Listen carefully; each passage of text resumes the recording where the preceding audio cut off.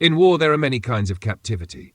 The body can be chained, the spirit can be starved, and the soul can be tested beyond endurance. But in the story of one man, Frank Fujita, captivity took on a double meaning. He was a prisoner not only of the Japanese Empire, but of circumstance, identity, and history itself. An American citizen of Japanese descent, held captive by Japan while his own country imprisoned his people. His life became a living paradox, the embodiment of loyalty questioned, identity tested, and humanity stretched to its limits. This is his story. The story of a man caught between two worlds, two flags, and two wars, one fought on the battlefield and the other within himself. The year is 1941. The place is Texas. Frank Fujita is a young man, a Nisei, a second-generation Japanese-American with a passion for art and an unshakable belief in the ideals of his nation. Like thousands of other Nisei, he saw military service as the ultimate validation of his citizenship, his final decisive answer to the whispers of prejudice that had followed his family since they first arrived on American soil decades earlier. He joined the 2nd Battalion, 131st Field Artillery, a component of the Texas National Guard. He was preparing to defend America. He had no idea he was preparing to defend his very right to be called American, enduring a hell few on either side of the Pacific conflict could ever fully comprehend. The foundations of Frank Fujita's ordeal were laid not in the chaos of war, but in the quiet, systematic prejudice of peacetime America. To understand the Nisei experience, we must return to the initial waves of Japanese immigration, the Issei, first generation. They arrived following the economic pressures of the late 19th century Meiji Restoration, bringing with them a culture defined by meticulous labor, deep familial honor, and unwavering perseverance. But they were not received as simply another immigrant group. They were met with escalating nativist hostility, particularly in California and the western states, a hostility rooted in economic competition and deeply ingrained racial bias. The legal mechanisms of exclusion were swift and absolute. While the 1882 Chinese Exclusion Act had set the precedent, the anti-Japanese movement was more sophisticated. The Gentleman's Agreement of 1907-1908 was a diplomatic effort to restrict further labor migration, yet it failed to curb domestic racism. The ultimate legal weapon was the Alien Land Law, passed in California starting in 1913 and quickly adopted by other Western states. Because federal law barred Asian immigrants from naturalized citizenship, the Alien Land Laws explicitly forbade the Issei from owning or leasing land for more than 3 years. Resourceful and determined, the Issei found a loophole. They placed the titles of their successful farms and businesses in the names of their American-born children, the Nisei. This act was profoundly symbolic. It made the Nisei, the second generation, the de facto legal and economic anchors for their entire community. They were American citizens, holding title to American land, yet their lives were constantly dictated by the racial restrictions imposed upon their parents. The Nisei generation, born between 1910 and 1940, inherited this volatile legacy. They lived in a world divided. The American world of public school, baseball, Hollywood, and democratic civics, and the traditional Japanese world of Nihongo, filial piety and community rituals at home. This biculturalism was their strength, but it was also the central source of societal suspicion. Mainstream America, demanding singular allegiance, viewed their cultural duality as a potential national security risk, a refusal to fully assimilate. They were consistently asked, "Which side are you really on?" despite their citizenship.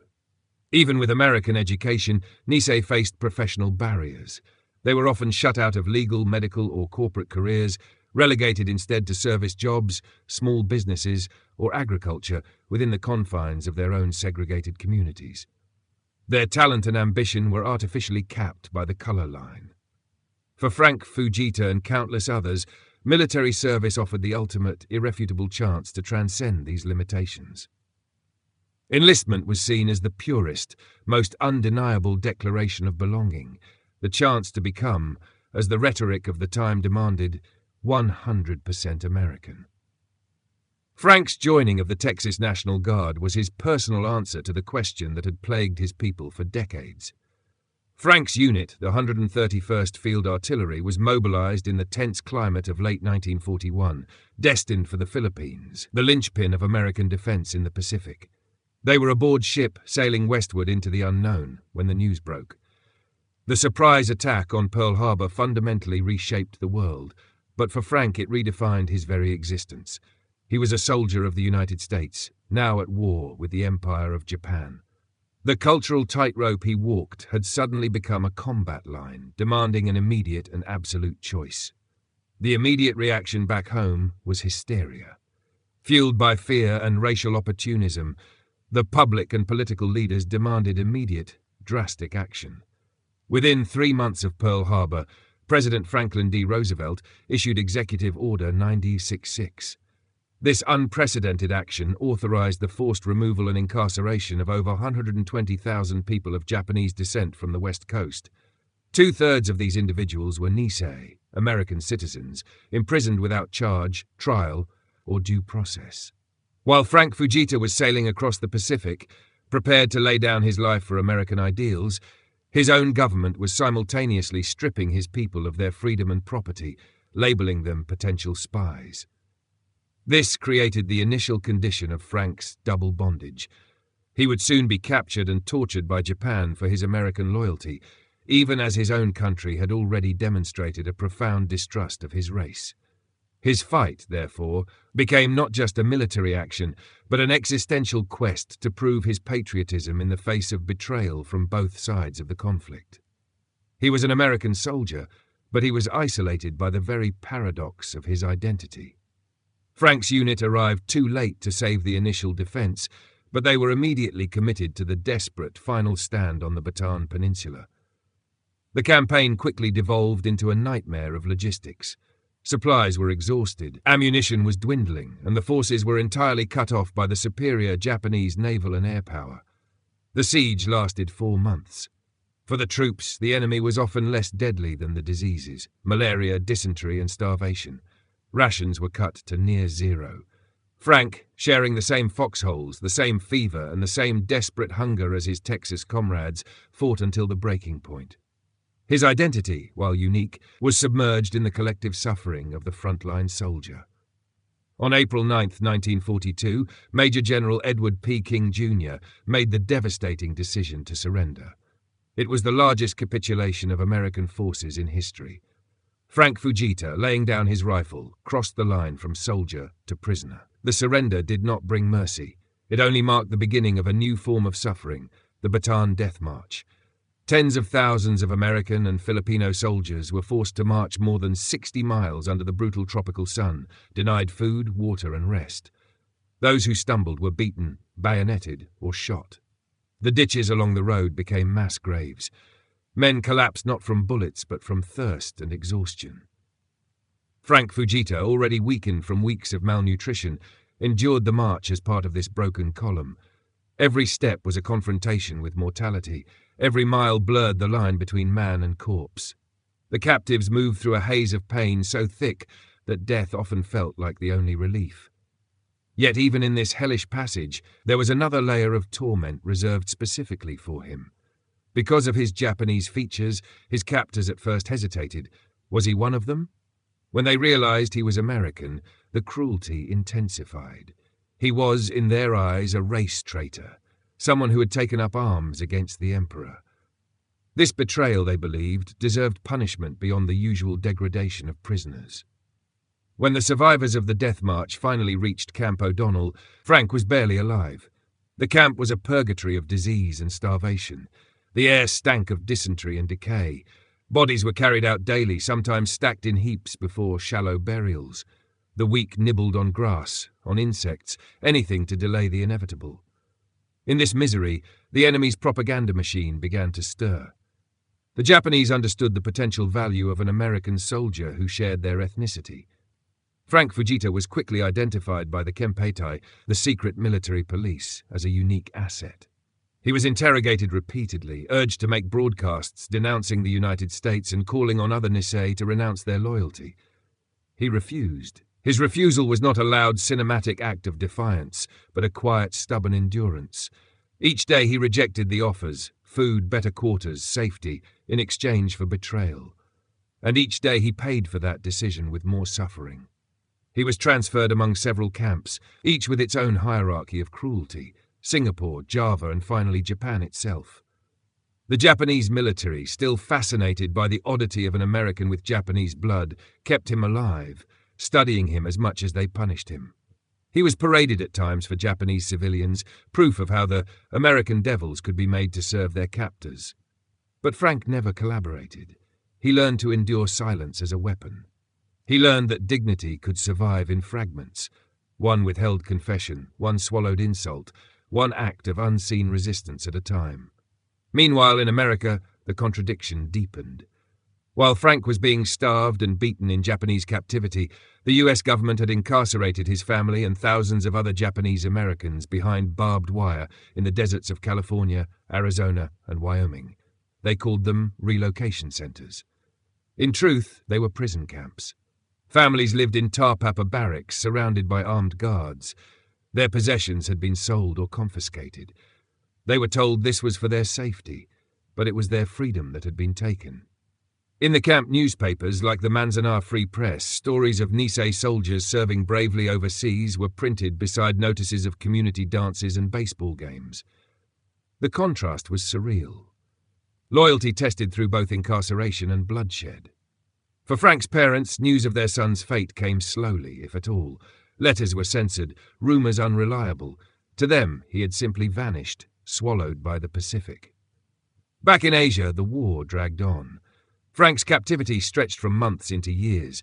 He was eventually moved to a camp in Japan itself, where prisoners were used as forced labor in factories and mines. The work was relentless.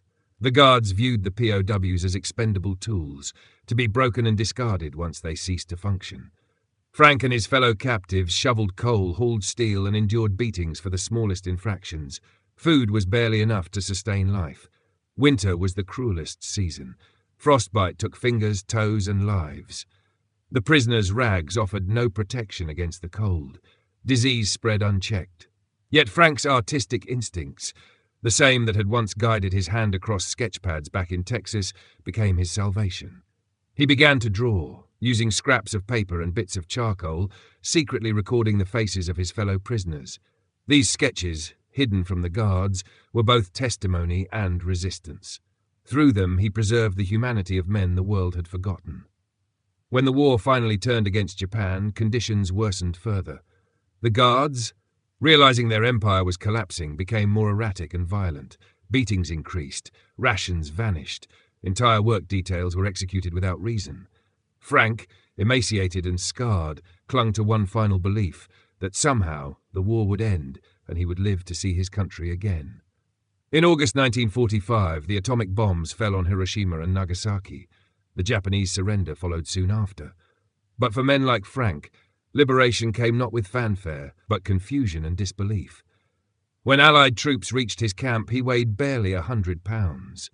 His uniform hung from him like paper. His face was unrecognizable, but his spirit miraculously was unbroken. He was finally going home. Returning home, however, did not bring the peace Frank Fujita might have imagined during those endless nights in captivity. When he stepped back onto American soil, he found a country that did not fully understand what he had endured, or even who he was. The war had ended, but suspicion lingered. Japanese Americans, even those who had lost everything, were still viewed by many as potential enemies. Frank's body was free, but his identity remained confined in a kind of social quarantine. In the years immediately following World War II, the US military celebrated the heroism of the Nisei soldiers of the 442nd Regimental Combat Team, the most decorated unit in American history. But the narrative of men like Frank Fujita, who had suffered as POWs, received far less recognition. His story did not fit neatly into the patriotic mythology. He was too complex, too uncomfortable a symbol. An American of Japanese descent who had fought for the United States, been captured by Japan, and whose family had been imprisoned by the United States, all within the same war. It took years before he was even fully believed. When he first told his story publicly, some doubted that an American of Japanese ancestry could have been a POW of Japan. It was too ironic, too improbable. But Frank's meticulous records, his sketches and his later memoir, Fu, a Japanese-American prisoner of the rising sun, provided undeniable evidence of his experience. In his writing, Frank's tone is neither vengeful nor self-pitying. It is matter-of-fact, almost journalistic. Yet beneath that restraint lies an ocean of pain and insight. He wrote not merely about physical suffering, but about the deeper questions of loyalty, race, and identity. He understood, perhaps better than anyone, the impossible expectations placed upon the Nisei generation to be perfect citizens in a nation that had doubted their citizenship from the start. Frank's survival was not just physical endurance, it was a form of moral perseverance. Through starvation, humiliation, and betrayal, he remained anchored to his own sense of dignity. But his story is also a mirror, reflecting the contradictions of American democracy at war. While the United States fought fascism abroad, it practiced racial segregation and mass incarceration at home. While it condemned Japanese imperialism, it stripped its own Japanese-American citizens of due process. Frank's life reveals the uncomfortable truth that wars are not only fought on battlefields, they are fought in the hearts and minds of nations, over who truly belongs and who does not. After the war, Frank tried to rebuild his life quietly. He returned to Texas, to a landscape that was both familiar and foreign. He resumed painting, teaching, and eventually speaking publicly about his experiences. For decades, he was one of the few living voices who could describe the Bataan Death March from the unique vantage point of a Nisei soldier. As years passed, his testimony became invaluable to historians and veterans alike. His perspective bridged multiple realities: the American military, the Japanese captors, and the civilian internment camps back home. Through him, the fragmented pieces of that global tragedy could be seen as one interconnected story of humanity under pressure. Frank Fujita died in 1996, at the age of 85. In his final years, he remained reflective, but never bitter. His loyalty to his comrades, to his country, and to the truth never wavered, even after all it had cost him. Today, his legacy stands as both inspiration and warning. Inspiration, because his courage transcended hatred and suspicion. Warning, because his life reminds us how fragile the concepts of justice and belonging can become in times of fear. Frank Fujita's story is not merely a footnote in the annals of World War II, it is a parable of identity in conflict. It forces us to ask even now, what does it mean to be American? What is the price of loyalty when loyalty itself is mistrusted? When we look at the history of the 20th century, we often focus on grand battles and political decisions. But history also lives in the contradictions carried by individuals. People like Frank, whose very existence challenged the binary categories of us and them. He was not just a soldier. He was a test case for America's conscience. His survival and his refusal to hate are acts of quiet heroism that continue to echo across generations. Frank Fujita's place in history is more than a tale of one man's endurance. It is a profound meditation on what it means to belong, and on how the concept of enemy can dissolve when examined through the lens of humanity. To understand the full scope of his life, one must look at the intersection where race, loyalty, and survival meet, a space few have inhabited so completely. During captivity, Frank had been viewed with suspicion by both sides. The Japanese guards saw him as a traitor to his race, and his own American comrades, indoctrinated by years of wartime propaganda, sometimes looked at him with uncertainty. But time and suffering have a way of revealing the truth of a man's character. Frank earned his comrades' respect not through words but through deeds, by enduring the same beatings, starvation, and humiliation as they did, without ever taking advantage of his ability to speak Japanese or his familiarity with their captors' culture. His quiet resilience, his refusal to yield, became a moral compass for others in the camp. He was proof that loyalty was not defined by appearance or ancestry, but by choice. And when the war finally ended, that choice was vindicated not by medals or headlines, but by the simple, unbreakable fact that he had survived with his integrity intact. The end of the war brought an uneasy peace. Japan lay in ruins. America stood triumphant but morally scarred. The Nisei who returned from Europe and the Pacific faced a different kind of battlefield at home, a slow, grinding struggle for recognition and respect. For many, including Frank, reintegration was not easy. The trauma of captivity was compounded by the lingering racism that still pervaded post-war America. Veterans organizations sometimes hesitated to welcome Japanese-American soldiers. Some communities that had once supported internment were reluctant to acknowledge their mistakes. Yet in this climate, Frank remained gracious. He chose to heal rather than to hate. He painted, taught, and wrote, turning his experiences into lessons for others. His book, Fu, a Japanese-American prisoner of the rising sun, stands as one of the most important first-person accounts of the Pacific War's human cost. It is a work of memory, testimony, and reconciliation, a bridge between the histories of America and Japan. Through his words, the faceless statistics of war regain their individuality. The 40% death rate of American POWs in Japanese custody becomes, through his eyes, not a number but a procession of names, faces, and voices. Frank's careful documentation of disease, starvation, and abuse became vital evidence in the post-war tribunals. But his narrative also humanized the suffering. He did not write from hatred, he wrote from witness. His aim was not vengeance, but understanding, a desire to ensure that what he and his comrades endured would never be forgotten or repeated. In one of his later reflections, Frank remarked that he never blamed the Japanese people themselves for his suffering. He understood that war distorts everything it touches. The guards who beat him were also products of indoctrination, fear, and desperation. That insight, so rare among survivors, reveals the depth of his humanity. His capacity for empathy did not erase the brutality of what he endured, but it allowed him to transcend it. And perhaps that is the final victory of Frank Fujita. Not that he survived, but that he remained human in circumstances designed to destroy humanity. His life is a lens through which we can view one of the darkest paradoxes in American history. While he languished in a Japanese prison camp, his parents and relatives, loyal American citizens, were living behind barbed wire in U.S. internment camps, relocated under suspicion of disloyalty. It is impossible to overstate the psychological weight of that reality.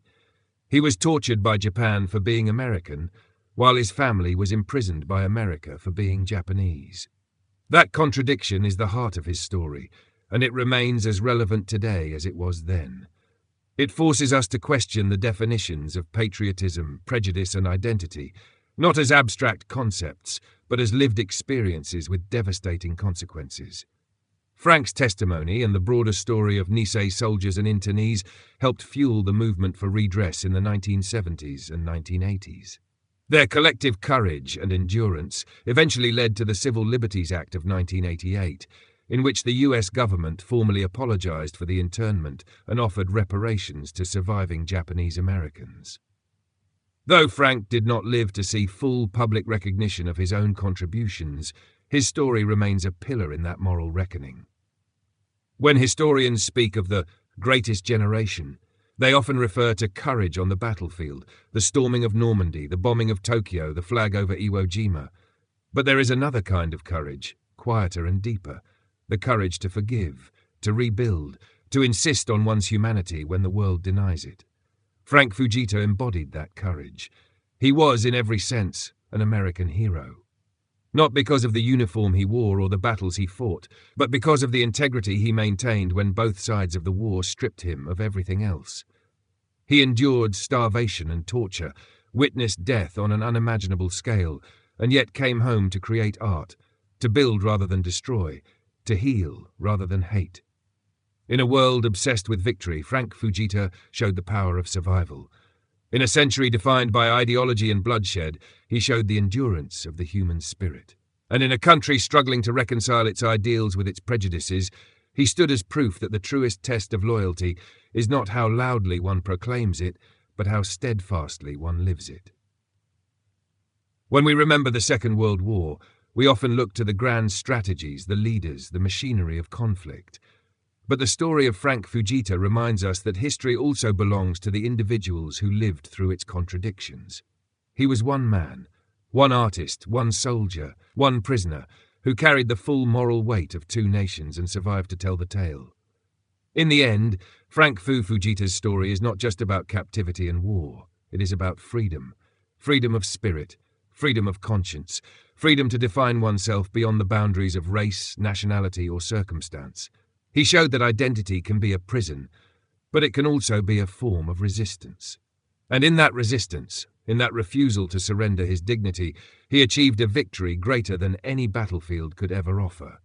His story endures because it speaks to something timeless, the struggle to be seen as fully human, even in the darkest hour of history.